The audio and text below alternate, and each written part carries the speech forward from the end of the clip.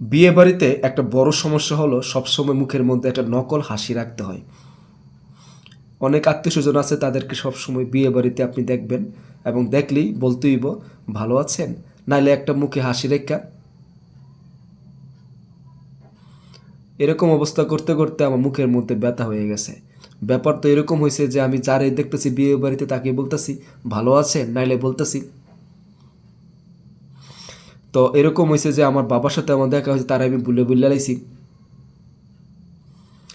আবার এরকম হয়েছে যে কেউ খাওয়া দাওয়া করছে কিনা জিজ্ঞাসা করতে হলে বলতেছি খাওয়া দাওয়া করছেন, নাহলে তো বলতাছি যে। তো একটা লোক খাইতেছে, হঠাৎ করে আমি অভ্যাসবশত বইলা ফেলছি কি খাওয়া দাওয়া হয়েছে। তো লোকটা তখন আমার দিকে অস্বাভাবে তাকায় রয়েছে। তো সবচেয়ে বড় প্রবলেমটা হয়েছে বাসার মধ্যে যারে তারে দেখতেছি তারাই বলতেছি। সেদিন নাকি আমি ঘুমের মধ্যে এরকম করে ঘুমাই রইছি।